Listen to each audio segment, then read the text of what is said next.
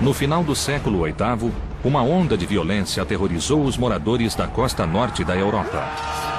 Ataques vikings.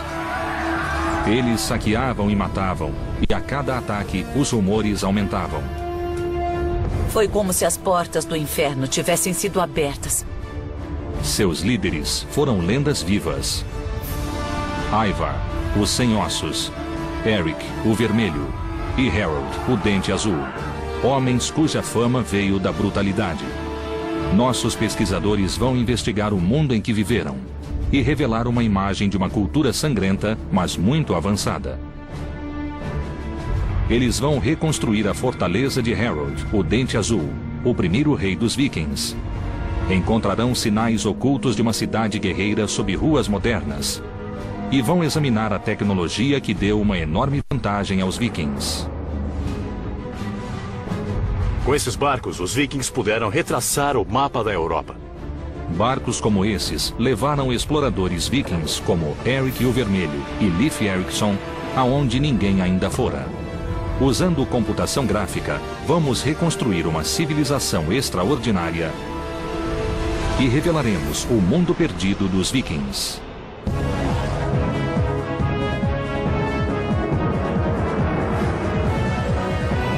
Mundos Perdidos, os Vikings. Assassinos, bandidos, bárbaros, pagãos. Embora a cultura viking tenha morrido há mais de 1000 anos, sua reputação permanece.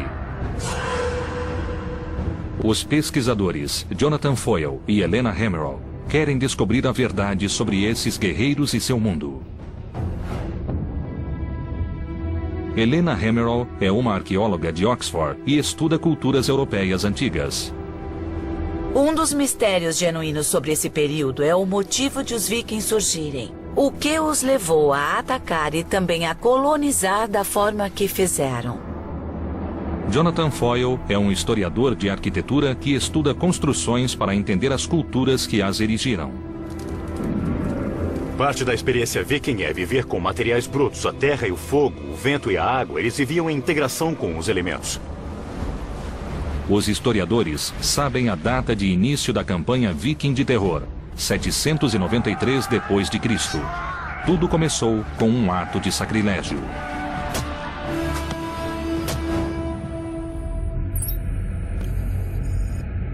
Jonathan viajou para Lindisfarne, na costa nordeste da Inglaterra. Havia um monastério aqui. Na época, era um dos santuários mais sagrados da cristandade. Nós herdamos uma imagem dos vikings como sendo piratas sedentos de sangue, e essa reputação surgiu aqui, em Lindisfarne. As notícias do ataque viking espalharam-se depressa pela Europa. Richard Oran explica.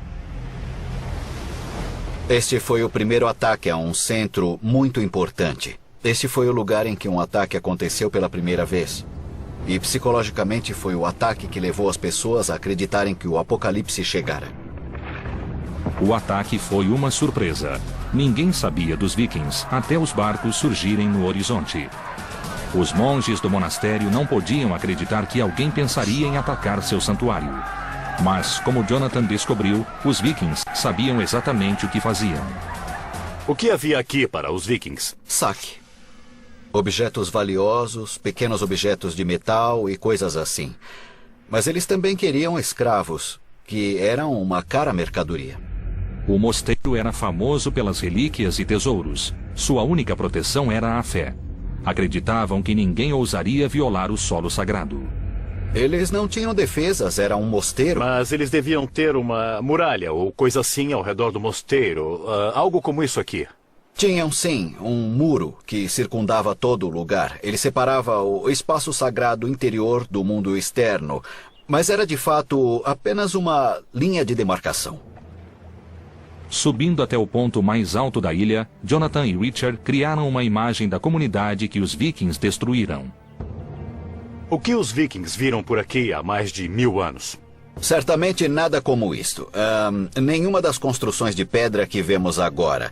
Não havia nada parecido, nada disso existia. Era uma comunidade monástica. Mas onde vemos a igreja paroquial ali e a igreja do priorado aqui, era o local do mosteiro saqueado pelos vikings. Em vez de construções de pedra, pense em madeira. As estruturas simples de madeira de Lindisfarne eram assim em 793.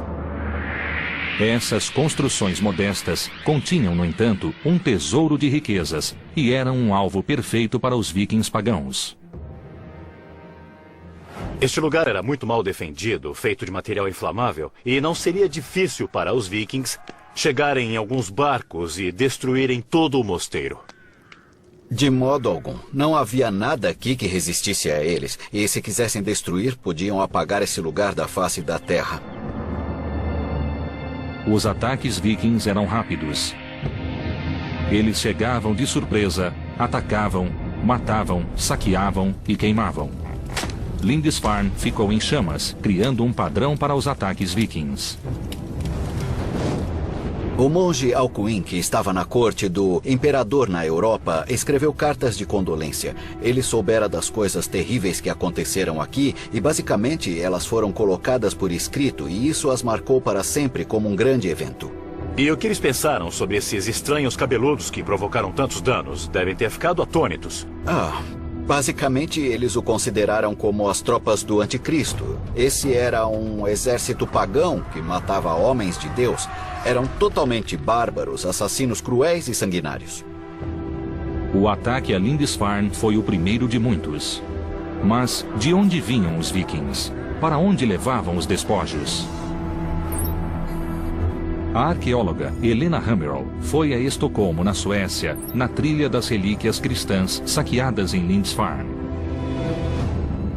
Ela queria informações sobre a terra dos vikings e sobre sua cultura.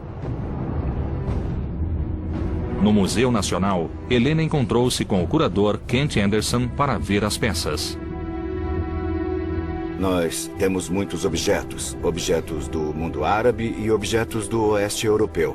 Como chegaram à Suécia? Como temos objetos únicos e como eles vêm de um contexto muito especial, como uma igreja ou um mosteiro ou algo assim, então achamos que tenha sido por saque. Este também é um objeto único que deve ser resultado de saque. Ele parece muito com o cimo do bastão episcopal. Sim, é sim. Então podemos imaginar que um pobre bispo irlandês foi atacado e seu bastão foi roubado. Sim, como um tipo de souvenir. Este símbolo sagrado da autoridade episcopal contrasta com os outros objetos do mundo viking. Espadas são os objetos mais valorizados pelos museus. A arma viking de mais prestígio era a espada longa, cuja lâmina valia 16 vacas leiteiras. O guerreiro que a possuía tinha status elevado. No museu, Kent mostrou a Helena achados arqueológicos desconcertantes que indicam sacrifícios animais e humanos. Isto é parte de um crânio e de esqueletos de um túmulo que continha 3 indivíduos. 2 deles com as cabeças cortadas. Isso deve ter sido um sacrifício humano. Como sabemos que eles foram sacrificados? Bom, isso pode ser visto nos ossos, realmente. O que é isto? Marcas de cortes. Marcas? Estou vendo. Meu Deus. Sacrifícios humanos seriam uma prática chocante para o mundo cristão antigo. Sim, devem ter Isso, sido. obviamente, sugere um outro tipo de ideologia e de visão do mundo. E por que isso ocorreu? Eles eram criminosos? Eles fizeram algo errado e estavam sendo punidos? Não, eu acho que não. Essa era a melhor oferenda que se fazia aos deuses. Então, se quisesse oferecer mais que um cavalo ou vaca, iria sacrificar talvez um escravo ou... exato. Meu Deus. Sacrifícios humanos eram parte do funeral de um grande guerreiro ou líder. Os objetos encontrados em locais fúnebres trouxeram muitas informações sobre a cultura viking e nos ajudaram a completar a imagem do mundo viking. Nossos pesquisadores estiveram em Lindisfarne, onde surgiu a fama dos vikings como assassinos sanguinários. Viram objetos saqueados dos santuários cristãos europeus. Jonathan Foyle foi ao extremo norte da Dinamarca para revelar os segredos de um cemitério viking. Ele foi ao sítio de Lindon Oe. No final do século XIX, arqueólogos cavaram 4 metros de areia e acharam túmulos muito bem preservados. O especialista local, Lars Christian Norba, foi o guia. Lars, este é um sítio impressionante, não é? Fica no alto de uma colina, e então é o lugar perfeito para ser enterrado. As pessoas aqui eram de uma aldeia comum. O local foi preservado pelas dunas de areia, que chegavam a 4 metros de altura aqui.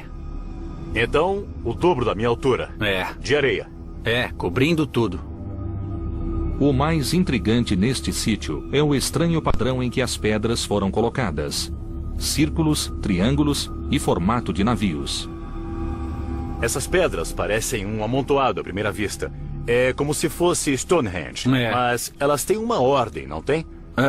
O triângulo é um homem, as formas redondas são mulheres e os barcos também são homens. E é claro que sabemos isso pelos artefatos que estavam com eles nos túmulos.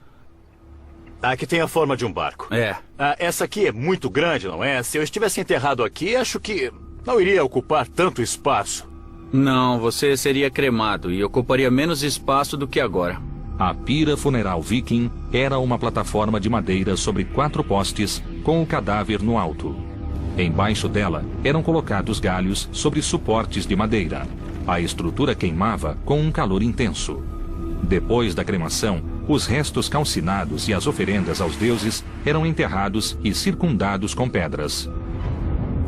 Em Estocolmo, Helena examinou algumas oferendas achadas em túmulos vikings. Uma delas é inesperada. O que mais temos aqui? Bom, nós temos alguns broches e também temos o Buda. Um Buda? Eu não esperaria encontrar um Buda na Suécia. O que ele faz aqui? Este é um achado muito raro.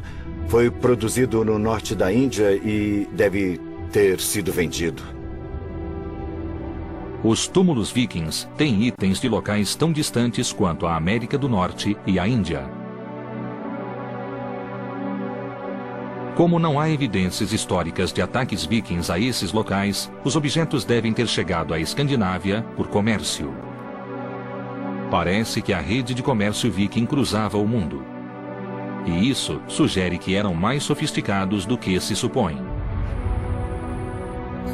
Para saber mais, Helena Hammerl foi até a ilha de Björkö, onde existiu Birka, uma cidade viking.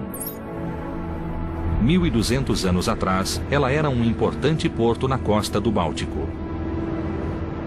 Helena encontrou Björn Ambrosiani, diretor do projeto Birka e um dos maiores estudiosos dos vikings.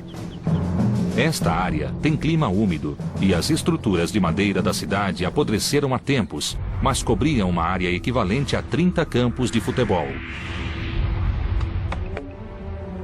Usando as evidências arqueológicas, Björn reconstruiu uma delas. Então, esta é a área de armazenagem, ou área de trabalho, e aqui dentro temos o espaço de monadia com uma fornalha no chão e depois os bancos em que as pessoas dormiam, trabalhavam e viviam por meses a cada ano durante o inverno. E quantas pessoas viviam aqui? De 6 a 8 indivíduos. Embora de aparência simples, essas casas eram revestidas com peles, lãs e tecidos, tornando possível a seus ocupantes suportar temperaturas abaixo de 0. Os artefatos encontrados em Birka mostram um lado oculto dos vikings, sua habilidade como artesãos.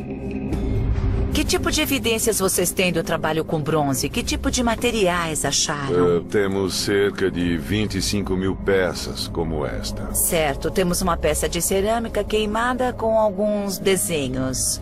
Isso parece ter sido usado para fazer um belo broche de bronze ou um par de broches que uma mulher usaria em suas roupas do dia a dia. O número de moldes e de objetos de bronze encontrados em Birka sugere que as joias não eram feitas só para uso local, mas também para comércio. As rotas comerciais de Birka chegavam à Rússia e a toda a Europa. Alcançavam o Oriente Médio, Índia e China. Birka era um centro internacional.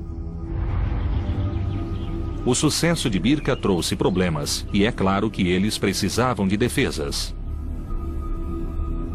Estes são grandes montes de terra com um espaço no meio. O que é isso que vemos?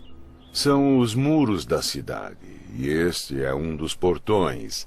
E em cima disto havia uma paliçada de madeira e existem traços dela. E isso fazia parte das defesas da cidade.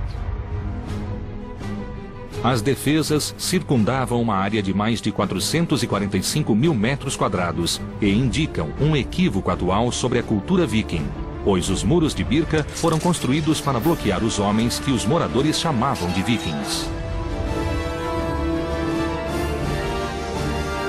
Birka era muito bem defendida. Era assim. Mas por que os vikings precisavam se defender de outros vikings? Esta não era uma cidade viking, era uma cidade da época dos vikings.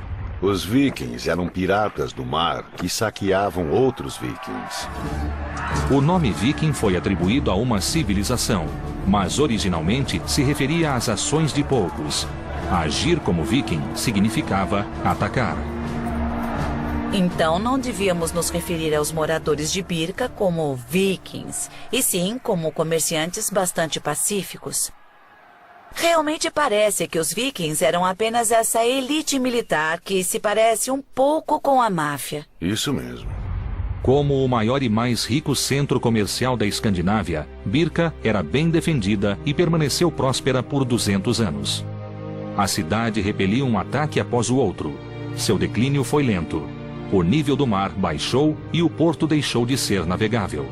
Os navios essenciais para o comércio não podiam mais alcançá-la e Birka foi abandonada. Nossos pesquisadores estão na Escandinávia em busca do mundo perdido dos vikings. Visitaram a cidade comercial de Birka e descobriram que os vikings eram gangues de saqueadores que constituíam apenas uma pequena parcela da população escandinava. Os atos de alguns definiram a história de toda a população. Os pesquisadores investigaram a tecnologia que tornou possível a era viking, o barco viking. Esses barcos revolucionários levaram os vikings mais longe para o oeste do que qualquer outro europeu antes deles. Perto da Escandinávia, os barcos eram uma arma que provocava morte e destruição.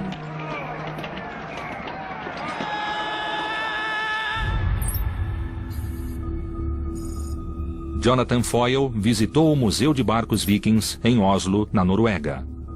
Ele queria ver o barco Oseberg, encontrado em um sepulcro em 1903. Tem 1.100 anos e está 90% intacto. É crucial para os arqueólogos por ser o mais antigo barco viking com um mastro. Ao acrescentar um mastro e uma vela aos barcos a remo, os vikings aumentaram sua velocidade média para mais de 10 milhas náuticas por hora e também tornaram possíveis as longas viagens por mar. Para saber como o mastro era construído, Jonathan conversou com Bjort Orseth na oficina do museu. Bjort é um dos maiores especialistas no trabalho viking em madeira. Ele estuda a tecnologia do mastro e a razão de ser tão revolucionário. Isso aí é parte da estrutura que está ali? Sim, temos aqui o Masterfisk. Masterfisk? Sim. É como os marinheiros chamam o mastro. Isso. E esse é o modelo de um? Sim, esse é um modelo em escala 1/4. Então isso aqui vai no topo? Sim. E depois nós colocamos isto como trava. Incrível, você encaixa isso aqui e isso não se move mais. Não. O peixe do mastro, assim chamado por ter forma de peixe, mantinha o mastro no lugar. Ele ajudava a distribuir o impulso do vento igualmente por todo o barco, o que evitava que o mastro quebrasse com ventos fortes. O mastro era removível, o que permitia que os barcos vikings passassem sob obstáculos que bloqueariam barcos com mastros fixos. Era preciso ser muito hábil para pilotar esses barcos. Ao lado do barco Oseberg, encontramos Knut Pasch, especialista em barcos vikings. Onde ficaria o nível da água aqui, no lado do barco? Dá para ver, é onde forma 90 graus, este ângulo aqui. Nesta área aqui. Isso. Então, se inclinasse mais de 9 graus, de fato afundaria imediatamente. Então existe um ajuste de equilíbrio muito delicado nesse barco. Depois de 1.100 anos, ainda se nota a habilidade dos construtores. Está extremamente bem preservado, como se pode ver. E esse ferro não enferruja. Então esses são mesmo os rebites originais? Sim, são sim. Os rebites são feitos de ferro encontrado em pântanos e que não enferruja. Mas o material mais importante era a madeira do casco do barco. É feito de carvalho, 100% carvalho. Quantas árvores seriam necessárias para um barco como este? 80 seria um bom palpite. 80 árvores. Esse é um grande investimento, então. Sim, eles certamente eram caros. Quantos barcos havia numa frota? Temos registros escritos que falam em cerca de 50 e até 100 barcos ao mesmo tempo. Então, 80 árvores vezes 100. Aham. Estamos falando de 8.000 árvores. Isso é um grande desmatamento. É. Por usarem carvalhos que demoram 150 anos para crescer, os barcos vikings mudaram a paisagem local e a navegação para sempre. Há uma essência dos vikings nesses barcos. É onde imaginamos que os vikings estivessem em alto mar. Mas, ao ficar face a face com um barco viking de 1000 anos, sentimos um respeito real por sua engenhosidade, por sua destreza e pura determinação. A habilidade e a determinação dos vikings é aparente no Museu Roskilde, na Dinamarca. Helena veio investigar como o projeto revolucionário dos barcos mudou o mundo viking. Ela esteve com Turi Müller, que constrói barcos com técnicas e tecnologias vikings. As ferramentas que está usando são similares às que eles usavam na era viking? Tentamos fazer o mais igual possível. Podemos ver pelas partes escavadas. Algumas vezes não conseguimos achar todas as ferramentas que vemos nas marcas no barco. Que sistemas de medida usavam? Sabemos o que usavam na era viking? Para fazer isso? Não sabemos. Existem muitas teorias, mas na construção de barcos tradicionais, a gente faz isso pondo ao lado. Sim, então usavam padrões. Sim. Quanto tempo se leva para construir um barco como este em que você está trabalhando? Levou 4 anos e meio com o trabalho de 5 homens. Mas eu acredito que eles provavelmente preferiam construir com muito mais gente que isso, sabe? Uma equipe maior, é. Sim. Cada barco exigia muitos homens e recursos. Dentro do museu, existem vários barcos vikings descobertos no fiord nos anos 60. Eles nos mostram mais detalhes do projeto viking. Com Anton Ingler, curador do museu, Helena examinou vários barcos vikings. Este foi o auge da construção de barcos vikings. Décadas de experiências produziram uma forma quase perfeita. Este era um verdadeiro barco viking, usado para aplicar a lei? É, um grande escandinavo homem de guerra. Todos os barcos vikings, inclusive o Homem de Guerra, têm as mesmas características. Primeiro, a quilha e as vigas mestras eram presas da proa à popa. Vigas de sustentação apoiavam uma plataforma na qual ficava o peixe do mastro. As tábuas do barco eram superpostas verticalmente e presas com rebites.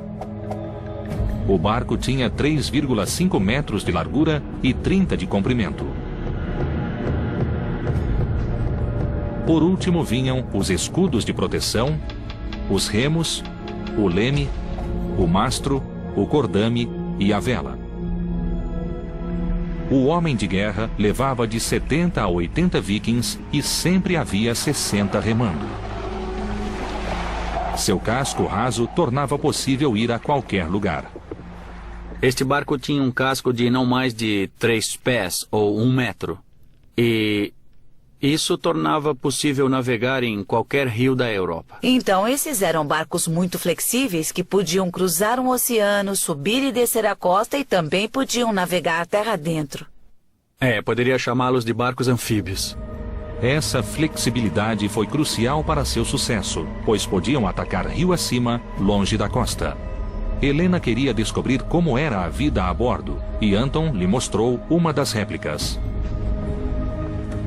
Percebi que não foi construído pensando em conforto. Existe muito pouco espaço e nenhuma privacidade aqui para os 60, 70 ou 80 homens que poderiam estar a bordo. E os alimentos e bebidas, as provisões, onde a comida era guardada? Como pode ver, há um espaço pequeno no barco, quase todo cheio de lastro, e como queriam carregar bastante armas, só podiam carregar muito pouca comida e água. Em 2 semanas ficariam sem nada. Então, a cada 2 semanas, precisavam ter certeza de poder ir à terra para obter suprimentos. Isso. Apesar da falta de espaço, os barcos eram ideais para a exploração. E líderes vikings como Eric o Vermelho e Leif Erikson conseguiram percorrer enormes distâncias. O alcance, a velocidade e a facilidade de manobra dos barcos vikings eram uma clara vantagem. No século IX, os vikings pararam de saquear e passaram a invadir. Em 866, Ivar, o Sem Ossos, levou seus homens à Inglaterra, onde sua crueldade tornou-se lendária.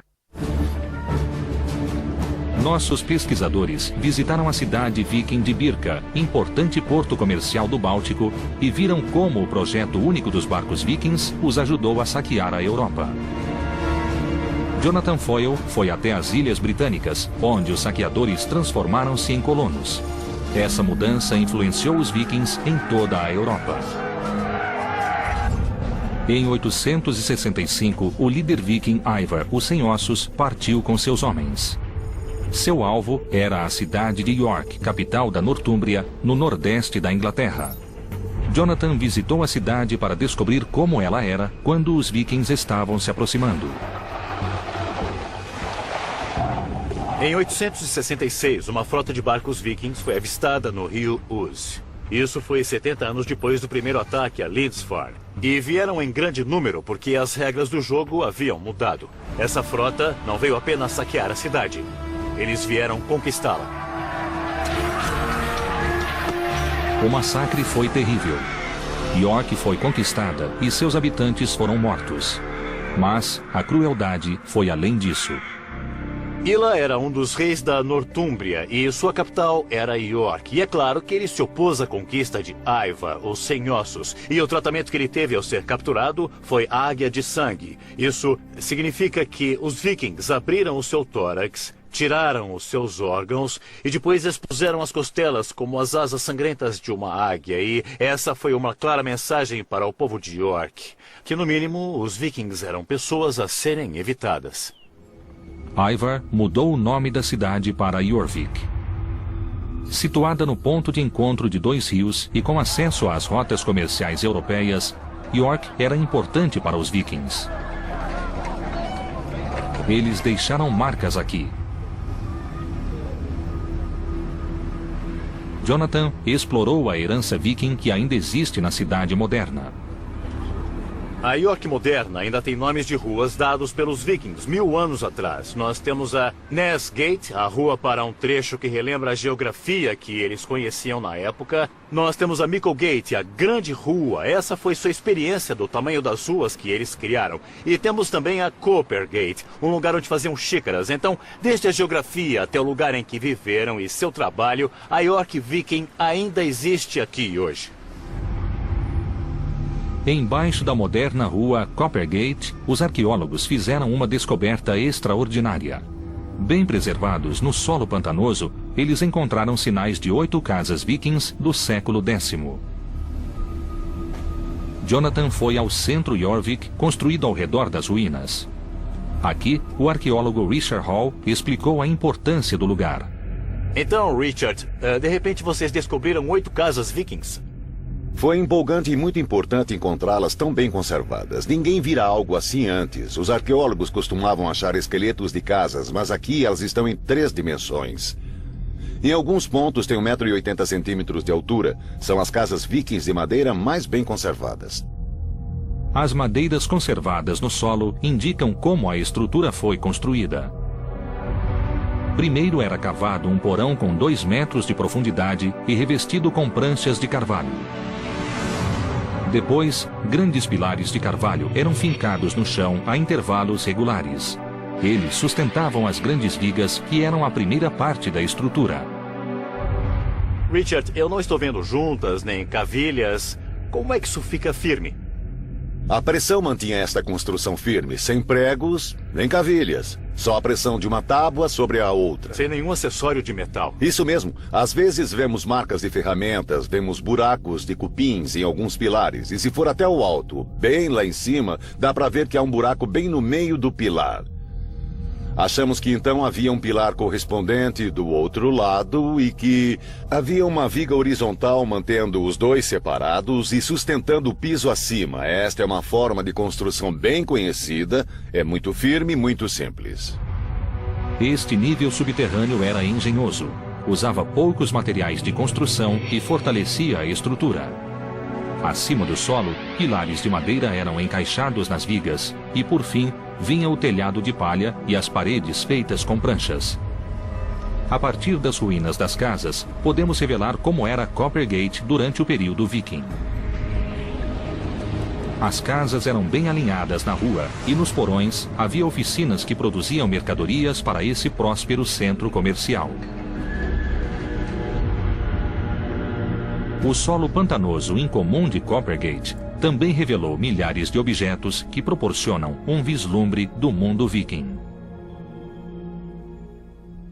Richard, quais são os itens principais? Bem, estes são representativos de algumas das coisas mais completas que nós encontramos. Isto, por exemplo, é um sapato da época viking. É muito bem feito. E pode-se ver aqui, bom, eu estou olhando para o desgaste ou as marcas feitas pelos dedos de alguém, não é? Pode ver que calos ele tinha e com quais joanetes sofria. E isto parece ser o cabo de uma bengala.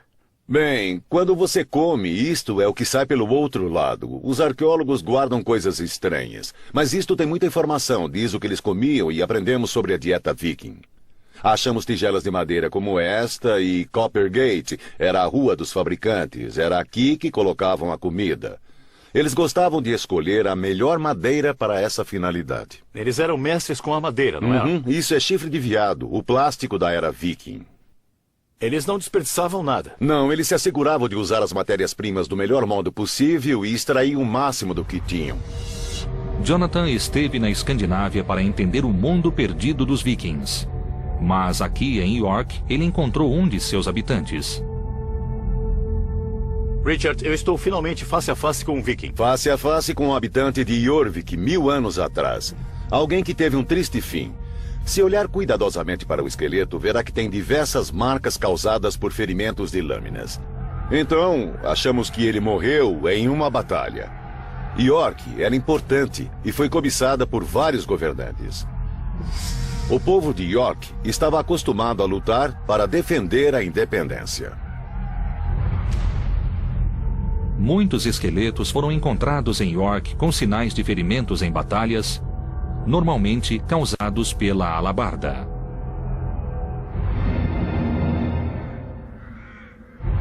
Sob o governo viking, Jorvik tornou-se um próspero porto, um importante centro de comércio internacional e uma base para novas conquistas. Ao morrer, em 873, Ivar era rei do norte de toda a Irlanda e da Bretanha e governava um vasto território. Enquanto as conquistas vikings alteravam o mapa da Europa, na Escandinávia, uma grande rebelião mudava a sociedade viking. Nossos pesquisadores exploraram o território viking e revelaram redes de comércio com a Europa e outros locais. Eles mostraram a extraordinária habilidade viking na construção de barcos e na navegação. Visitaram também o centro da Dinamarca. Em Roskilde, Helena pesquisou sobre Harold, o Dente Azul, um líder viking do século X que uniu a Dinamarca e também foi rei da Noruega. Harold era um viking típico, alto, forte e guerreiro, mas tinha um conflito interior.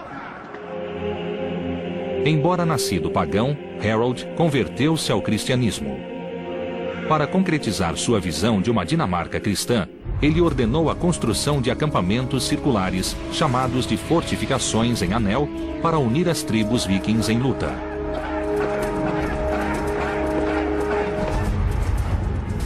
4 desses sítios construídos com precisão geométrica foram identificados pelos arqueólogos. Helena foi a Trelleborg para investigar como eram construídos. Ela se encontrou com Mads Sterne, especialista na construção das fortificações. A construção foi iniciada em 975. Tudo isso foi parte de uma grande mobilização militar na Dinamarca nessa época. Embora Harold não tenha escrito por que construiu as fortalezas, temos uma boa ideia do que deve tê-lo motivado. Ah, sim. Podemos ver por dentro? Sim, claro. Eles foram para uma das barreiras para ter uma visão melhor do sítio. Em cima da barreira de terra havia uma cerca de madeira. Sim, era assim. Essencialmente... E havia um caminho no alto da barreira.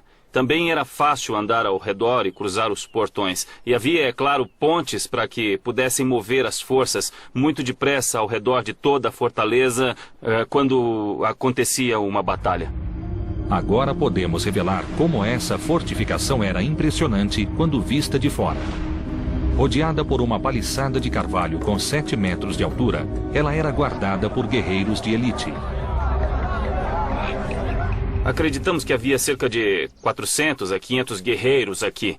E as famílias de alguns deles provavelmente moravam ali. Acabou sendo não só uma base militar, mas também um tipo de comunidade local. As fortificações em Anel funcionavam como centros regionais de controle e de coleta de impostos e como símbolos do poder de Harold, o Dente Azul.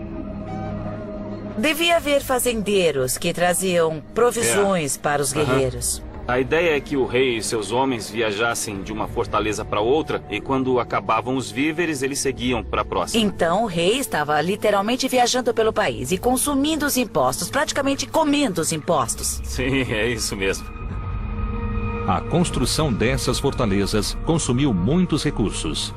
A construção de Trelleborg exigiu o trabalho de centenas de homens durante 6 anos e usou mais de 9.000 carvalhos. Foi necessário muito trabalho, realmente. Devem ter sido uns 1.000 homens trabalhando aqui, pelo menos. O muro da fortaleza era um anel de terra com 135 metros de diâmetro, 17 metros de espessura e 7 metros de altura, rodeado por um fosso de 4 metros com estacas afiadas. Em cima disso, havia uma paliçada e um caminho. 4 portões permitiam a entrada ao centro do forte, criando um símbolo arquitetônico da cristandade, uma cruz gigantesca.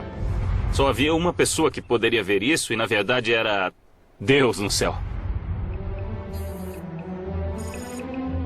Em Furcate, outra fortificação em Anel, Jonathan Foyle investigou como era a vida nessas estruturas enormes. Estou em Furcate, um forte que é idêntico a Trelleborg. Nós temos a mesma barreira circular de terra com entradas ao norte, sul, leste e oeste.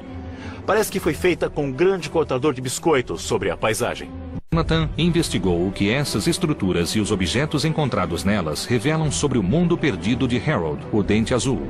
Jonathan foi acompanhado pela especialista Elsie Rosedal. Você deve ter descoberto com os objetos a dimensão humana. Como essas construções eram usadas e o que elas dizem a você? Essa uniformidade de planos sugere que o uso era puramente militar em todas elas, mas pela distribuição dos objetos encontrados você pode ver que mesmo que as casas tivessem todas o mesmo layout, tinham funções diferentes. Estas foram estruturas estranhas que surgiram em uma situação política muito específica. Elas foram construídas e não há nada igual em nenhum lugar. Já procuramos em todo o mundo. Com as descobertas em Furcate, os arqueólogos reconstruíram a aparência das construções que existiam aqui. Com 30 metros de comprimento por 8 de largura e sustentadas por mais de 50 estacas inclinadas, as construções eram o foco da vida. Ao reconstruir uma casa em Furcate, os arqueólogos viram que a construção exigia tanto esforço e conhecimento quanto a construção dos barcos vikings. Mas ainda existem dúvidas sobre seu projeto singular. Eu estou perplexo no limiar deste mundo viking. A sensação dominante por aqui é da madeira. Ela o rodeia, é quase como uma tenda de madeira. Tudo que se vê é madeira ou escuridão. Tudo isto é carvalho sólido. Todas as estacas estão fincadas no solo. Eles eram mestres em tudo que usava madeira, como sabemos pelos barcos. E por que a parede é curva? Bem, houve muitas sugestões e uma delas, a ideia do barco, não é muito provável. Mas pode ter sido para que houvesse mais espaço ao redor do fogo.